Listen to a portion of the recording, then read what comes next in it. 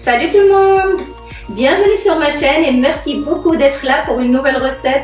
Alors aujourd'hui, je souhaite partager avec vous une recette très facile à réaliser, vous allez voir. Ce sont des panini à la viande hachée et aux légumes. Je vais vous montrer la liste des ingrédients. On passe à la suite en vidéo et je vous retrouve à la fin de cette recette. À tout à l'heure!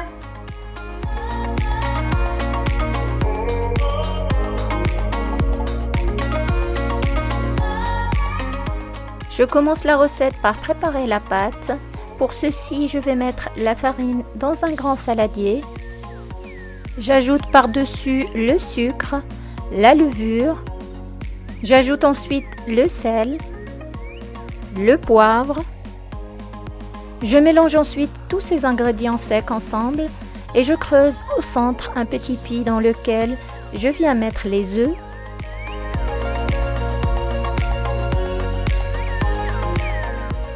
Je vais les fouetter légèrement comme ceci. Je verse dessus le lait tiède. Ensuite, je commence à rassembler ma pâte. Si vous n'êtes pas très à l'aise pour faire la pâte à la main, vous pouvez très bien la préparer au robot.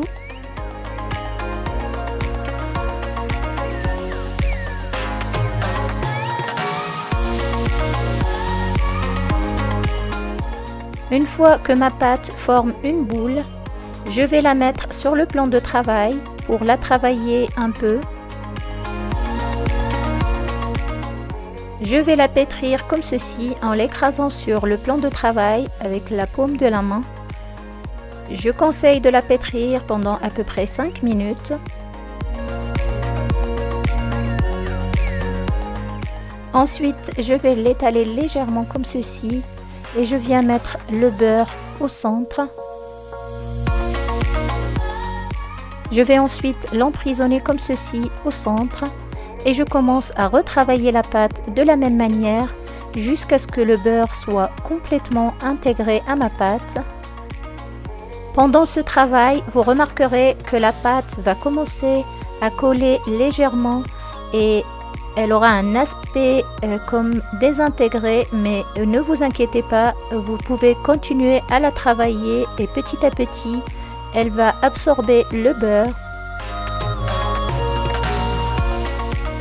On obtient à la fin une pâte très lisse, moelleuse et qui ne colle plus aux doigts, ni au plan de travail d'ailleurs.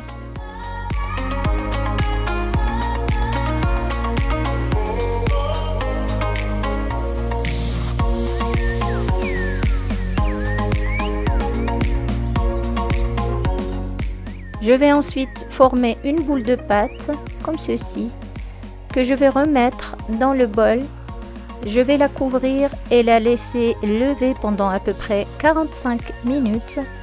Pendant ce temps, je vous propose de passer à la préparation de la farce. Pour ceci, je vous invite à suivre la liste des ingrédients qu'il nous faudra pour ça.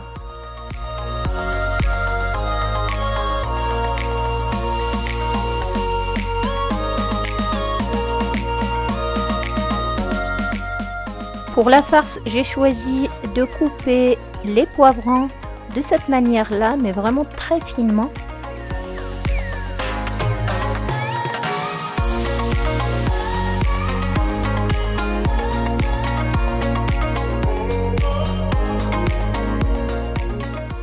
Voici ce que l'on doit obtenir.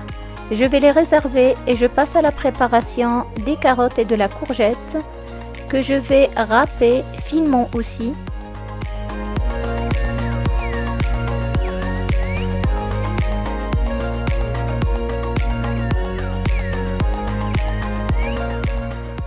Je vais hacher aussi finement l'échalote. Pour cette recette, j'ai utilisé une grande échalote, mais vous pouvez très bien utiliser 2 petites, sinon un oignon.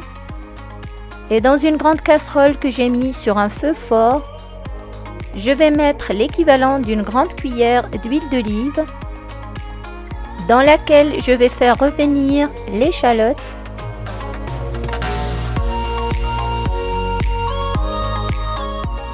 Avec les poivrons finement coupés.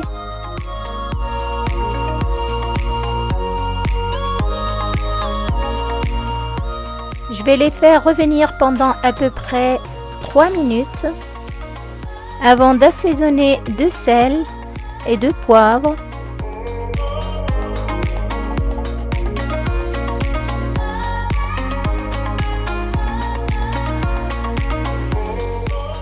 Je mélange un peu et j'ajoute par-dessus l'ail.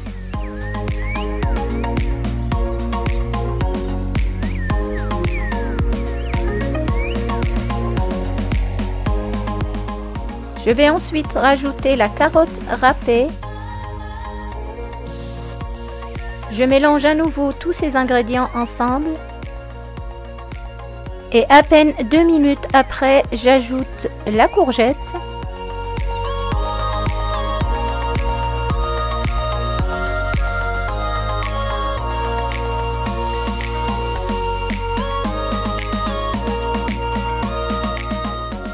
J'assaisonne à nouveau de sel et de poivre. Le sel et le poivre, comme je vous le dis souvent, c'est selon le goût de chacun. Je vous conseille toujours d'assaisonner un peu moins et de rééquilibrer l'assaisonnement plus tard en goûtant. Je vais ajouter à ceci ras el hanout et le paprika fumé et je viens tout mélanger. Je vais ensuite mettre tous mes légumes sur le côté comme ceci et j'ajoute la viande hachée. Je vais la faire revenir un peu sur le côté comme ceci avant de la mélanger au reste.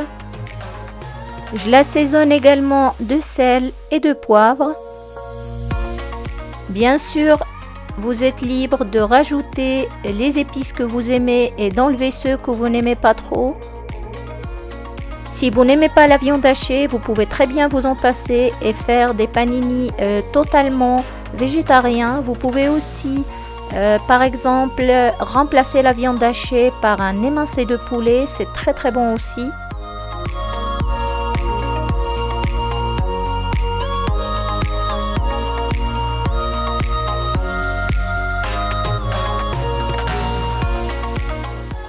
La farce est prête quand la viande hachée devient dorée.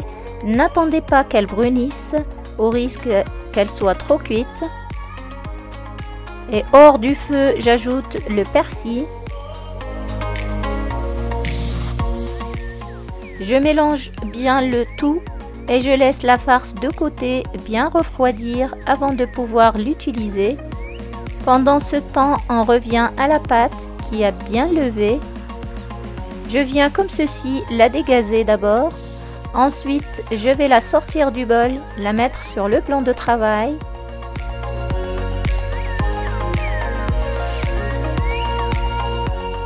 Je vais prendre une petite balance à côté et je commence à détailler la pâte en 12 petits pâtons de 62 grammes chacun. Je forme ensuite des petites boules de pâte comme ceci avec chaque pâton. Ensuite, à l'aide d'un rouleau à pâtisserie, je vais aplatir la pâte de cette façon-là à une épaisseur d'à peu près 3 mm.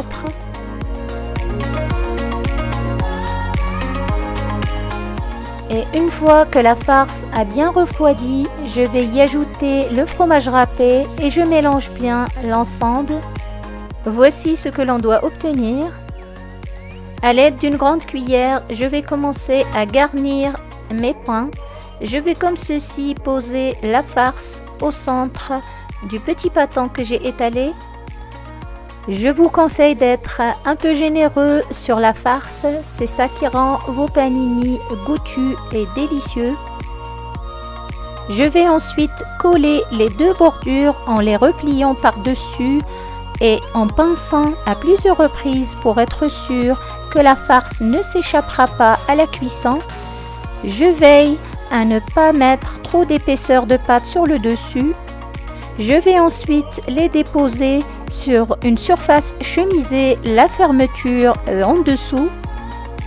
Je vais ensuite reproduire les mêmes étapes pour tous les autres pains.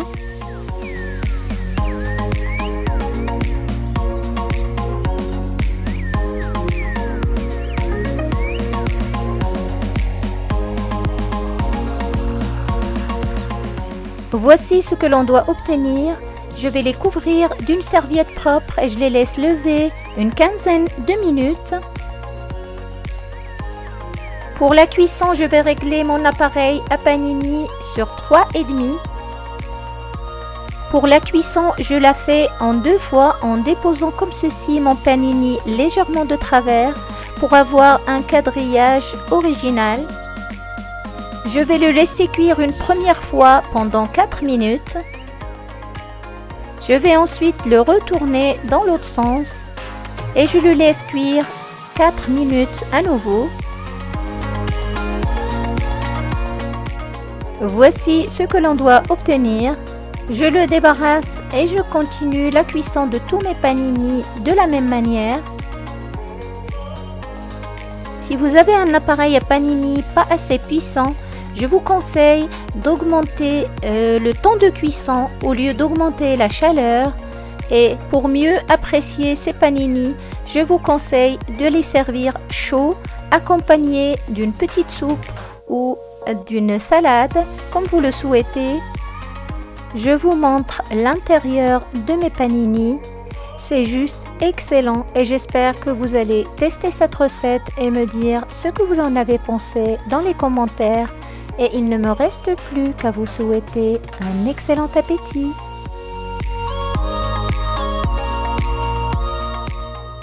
Et voilà, nous sommes arrivés à la fin de la recette pour aujourd'hui. Merci beaucoup de m'avoir suivi. Si mes panini vous ont plu, n'hésitez pas à liker la vidéo et n'oubliez pas de vous abonner si ce n'est pas encore fait. Je vous dis à très vite pour une nouvelle recette. Au revoir.